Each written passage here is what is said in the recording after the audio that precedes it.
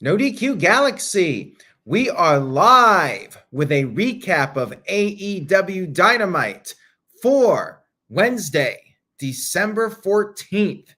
Winter is indeed coming. This was the official 2022 Winter is Coming edition of Dynamite. Shout out to the early birds: Randy Engel, Darren G, Joey Perez, Mohammed, Calvin Bowman, Jeremy Dorset. I appreciate you all. Gomer Kyle, Nick Glavin, TJ Lewis. Thank you for tuning in early.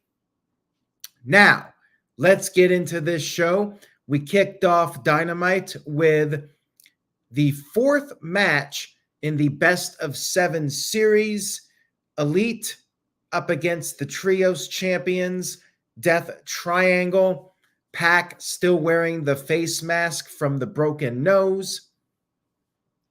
Elite had the early momentum in the match. However, Nick Jackson hurt his ankle. He was checked on by Doc Sampson, and then he was taken to the back. And it was 2-on-3. Matt Jackson got hit with a package pile driver on the apron by Penta, and Omega was basically on his own, but he managed to stay in the fight. And then Nick Jackson returned. Nick hobbled back into the ring, got the hot tag, and he caught Phoenix with a cutter. But then Penta used the hammer, which he's been using over the past several weeks. He used the hammer, hitting Nick in the ankle. Referee was distracted, and then Phoenix put a submission hold on. Nick Jackson had no other option but to tap out, and that gives Death Triangle the advantage. They are now 3-1. They only need one more win. After the match was over, Kenny Omega got on the mic, said that because Death Triangle uses the hammer every single match, why not make it legal next time? He proposed a match where all weapons are legal. In other words, a no DQ match, which I approve of. And that will take place on next week's show.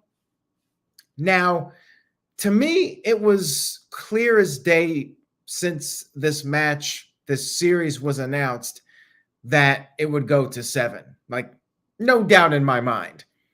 The final match, Los Angeles, California, Kia Forum, one of their biggest crowds of the year. Of course, they're going to have the 7th match there. I think they made it even more obvious, though, because during the show later on, it was confirmed that if the Elite wins this no DQ match, the 6th match will be Falls Count Anywhere, and then the 7th match, if we get to it, will be a ladder match. Now, I'm all down with that and stuff, but why not just wait until after the no DQ match and then say the 6th match will be Falls Count Anywhere? Don't even announce what the 7th match is, because now you've pretty much guaranteed that they're doing 7 matches. Like I said, I think we all knew it was going to 7, but you made it even more obvious now. And to me, that takes a little bit out of the atmosphere and the drama for this next match. I'm sure it'll be great and all, but I mean, we all know Elite's winning this, right? But good match here. Not the best match. I feel like this match on Dynamite was more about building up the next match, setting up the no DQ stipulation. It was more about the angle with Nick Jackson being hurt and using the hammer and all that stuff.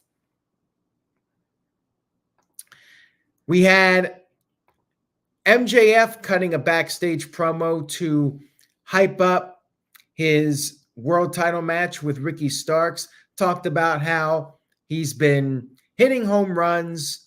He's made Ricky Starks a star. And he said that we'll find out what happens when the pressure is applied to the pebble. Will he shine like a diamond or will he crumble to dust? Shout out to good old JM Jeff Meacham. Jeff Jarrett's crew jumped the Acclaimed as the Acclaimed were coming to the ring for what I presume was a promo. Jeff Jarrett ended up breaking a guitar over Max Caster, asked if they had the Acclaimed's attention now, and then, of course, Jeff Jarrett called Max Caster a slapnut. I mean, Jeff Jarrett's on our TV in 2022, gives the Acclaimed a team to beat, so I guess it's fine. I really don't have that much invested in Jeff Jarrett at this stage of the game, but whatever, man. We got a TNA faction in AEW. A little crazy if you ask me, but hey, what do I know? We had some footage shown from Claudio's win at the Ring of Honor Final Battle pay-per-view. And Tony Schiavone interviewed the JAS, the Jericho Appreciation Society, backstage. Jericho said that the giant swing is barbaric, should be banned. He vowed to get his title back. He's got a tune-up match against some jobber. And then Jericho brought up Daniel Garcia losing the pure title to Wheeler Yuta at that pay-per-view, and said that Garcia just needs a little bit more experience and will have Garcia shadow his elder, Sammy Guevara.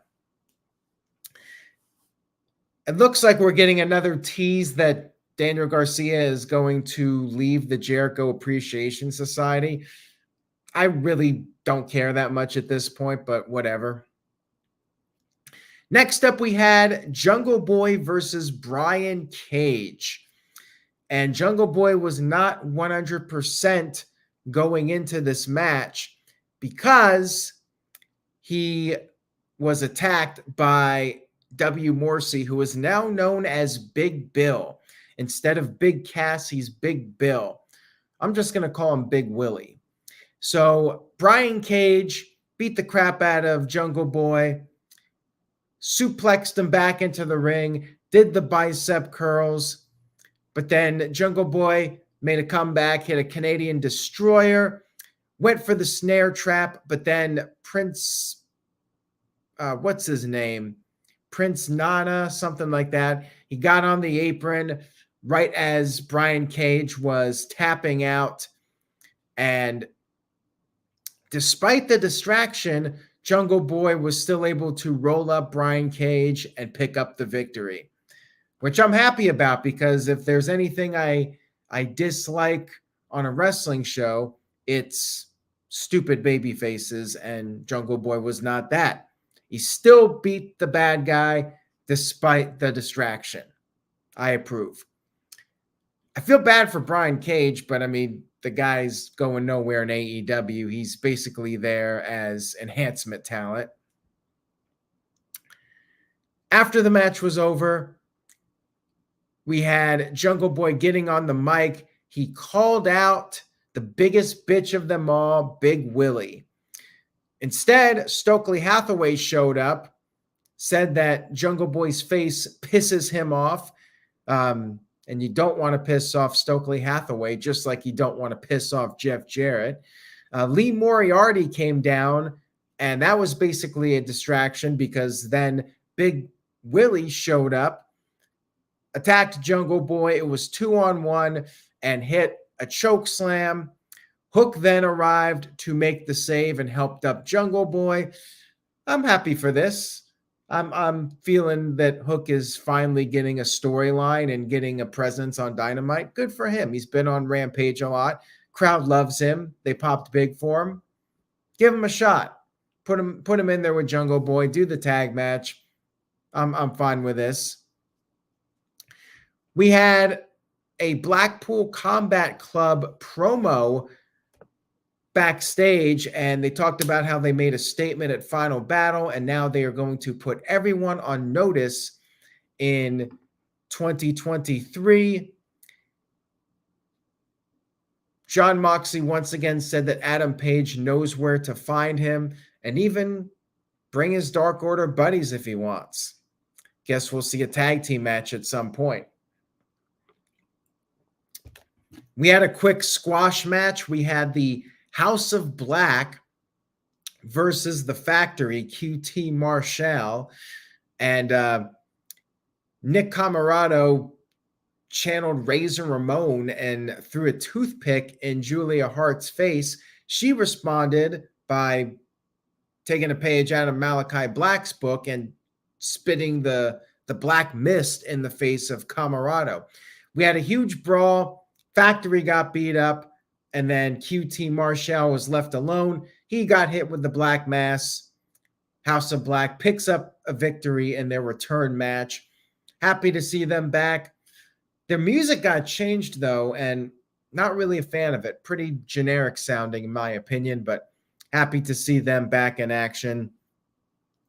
And then backstage, Sky Blue, who was channeling Cora Jade, interrupted Britt Baker and said that Britt Baker is good at talking and issued a challenge to her for Rampage. Then we had Chris Jericho come into the ring for a tune-up match, a match against a so-called jobber.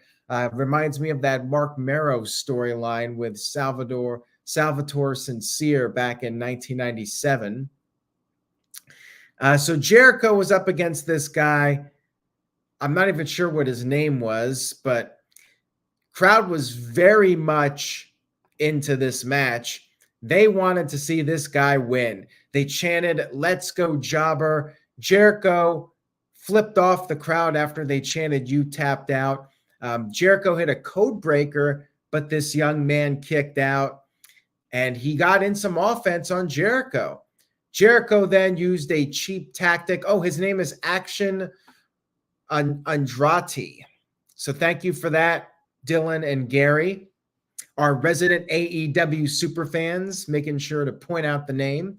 Action Andretti, he ended up avoiding the Judas effect and almost picked up the win with a roll-up. Crowd was chanting, "Holy shit." They were loving this. And then out of nowhere, Action Andretti picked up the win with a running shooting star press. Yes, he defeated Chris Jericho. Total vibes of 1-2-3 Kid beating Razor Ramon in 1993. Will this amount to anything, or will it be Barry Horowitz beating Skip of the Bonnie Donnas? Time will tell if it's historic or if it's quickly forgotten about, but the crowd really made this. Like they were super into this. They popped big for the win. And Jericho did his vintage Jericho 1997, throwing a fit backstage, throwing chairs in the backstage area. I'm all for this. I like the Jericho put over this guy, and like I said, the audience really helped make this special, and we'll see what the future holds for Mr. Action, if he can capitalize on this perhaps historic win over Chris Jericho. And I do want to address Dave. Dave sent in a $5 super chat. Thank you for that. I appreciate it. Says, "Hi, NoDQ. Aaron, what about Jericho losing to a guy with no entrance?" Well, it was a shocker for sure.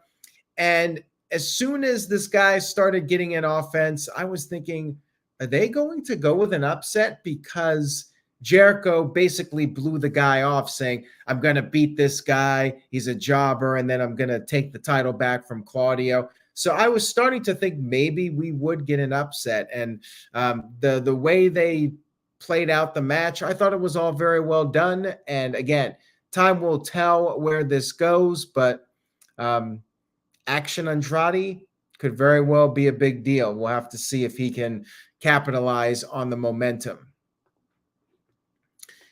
We had a Ricky Starks backstage promo, talked about how he has to win. There are no other options. He talked about how he's paid his dues for the last 11 years, and people will remember the name. 922. Michael Wayne knows. I think the rest of you know as well. 922. We had our women's match of the evening. Ruby Soho versus her arch nemesis, Ty Conti. Ty took a cheap shot and there was a brawl on the outside of the ring. Ruby got hurt, but the referee checked on her before starting the match. Ruby was ready to go, so we officially had the match. Ruby quickly hit the no future kick, but Ty Conti escaped to the outside, and she tried to leave. Ruby went after her. They were by the ramp, and Ty gave her a DDT on the apron. And then after the commercial break, Ruby started to make a comeback. Ty avoided a senton attempt from Ruby and then hit the pump kick. However, Ruby was able to kick out. Ty hit a pile driver. Ruby kicked out again. And then Ruby went for the, Ruby went after the nose of Ty Conti and then hit the finishing move, the destination nowhere, face plant, basically, picked up the win, getting her revenge on Ty Conti. And then after the match was over, Anna Jay attacked Ruby Soho. Ruby might need some help at some point. Maybe an ally can help her. Certainly seems to be setting up a tag team match in the future. I thought the match was okay, and the crowd definitely helped. Like, I feel that quite often on these shows, the crowd just doesn't emotionally care about the women's match. But this week they were into it, which is a positive. Match was all right. Not a classic or anything. And I know some people don't like Ty Conti. I thought it was fine. I didn't have too many issues with it. It was fine for what it was. But again, I feel bad that the AEW women's roster is rarely able to get out of that 9:15 to 9:30 time slot. We had Hangman Adam Page interviewed backstage, and he said that he doesn't know when he's going to be cleared. He talked about how when he got hurt, he got asked a bunch of questions, and he was able to correctly answer every single one except for what his son's name was. And he was very upset about that. It was like hell for him. And he said at some point he will fight Moxley, and he will take Moxley to hell with him. I'm thinking they're going to try to hold off on this. We'll see if they wait until LA or maybe even save it until Revolution. We still got a ways to go until Revolution, though. We had our main event of the evening, MJF defending the World Heavyweight Championship against Ricky Starks. MJF did the old strut. Ric Flair, Jackie Fargo, Jeff Jarrett. Lots of people do the strut. MJF does it now. He did a leapfrog, but then Ricky sent him to the outside, and MJF stormed over the barricade, knocked over some guy's popcorn, and then got back in the ring. Ricky got several near falls on MJF, but then MJF, with the dirty tactics, gave him a thumb to the eye. He worked over Starks for a while. Starks started to make a comeback. He hit the Liger bomb, but MJF kicked out. MJF attempted to win the match by grabbing the tights. That did not work out for him. And then MJF started slapping Ricky around. That just got Ricky riled up. They exchanged blows. They did the hockey fight. Crowd was chanting, "This is awesome."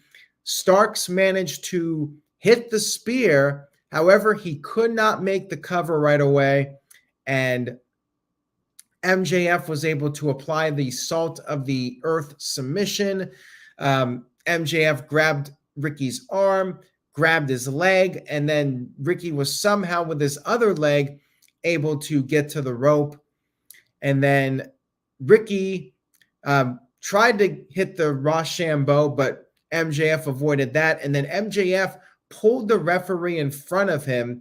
And as the referee was momentarily thrown off, MJF hit Ricky with a low blow and rolled him up, got the 1-2-3 victory. Dirty tactics. MJF still your champion. Very good match here. Predictable outcome. I think we all knew MJF was winning. I think he should have won clean, quite frankly. I know he's a heel. He wins by cheating. They wanted to protect Ricky, but he's the world champion. I think you got to give him some clean wins. And that's a criticism I've had of Roman Reigns too. The fact that Roman always needs outside interference. I think sometimes it's okay for the heel to pick up a clean win. I'd like to see it happen more often. And then, when they're in real trouble, that's when they cheat to win. After the match was over, MJF was taking his leave, and that's when Bryan Danielson showed up. Bryan chased MJF. MJF ran through the crowd, ran up into the stands, and then Bryan raised the hand of Ricky Starks, giving him the props. And that was the end of Dynamite. I like the ending, and I think we're going to get this match probably in Seattle. That's what makes sense to me. I don't see them waiting until Revolution. MJF versus Bryan Danielson in Seattle seems like a hot match. So I think that's where they're going. I mean, they could go with MJF versus Darby Allin again, but I say go with Bryan and reassess things for Revolution, and maybe Tony Khan has a plan. Maybe Bryan gets a rematch at Revolution. We'll have to wait and see. But all in all, winter is coming. Solid show. Not an all-time great Dynamite, in my opinion, especially being billed as a pay-per-view like show. You had some good wrestling on the show. You had a couple good angles, but nothing too over the top. So I am going to give it a solid B. Crowd was awesome. Dallas crowd brought the heat for this show. Felt more like a classic AEW show with the crowd. It feels like the last month or two, the crowds have been a little bit lackluster. This week they were hot, so that definitely helped. Solid B. And MJF builds up some momentum. Good show overall. The Mandy Rose story, definitely a shock as far as her being released goes. We will be talking about that on the NoDQ review, so stay tuned for that. Stay tuned to NoDQ.com for the latest news and rumors. It's been a busy day. This week has been quite busy. Lots of news. We'll be talking about Vince McMahon. We'll be talking about Mandy Rose. Stay tuned for that NoDQ review, 8 p.m. Eastern, Thursday night. Have a great rest of your week, everybody. And remember, say yes to NoDQ.com, and I will see you all next time.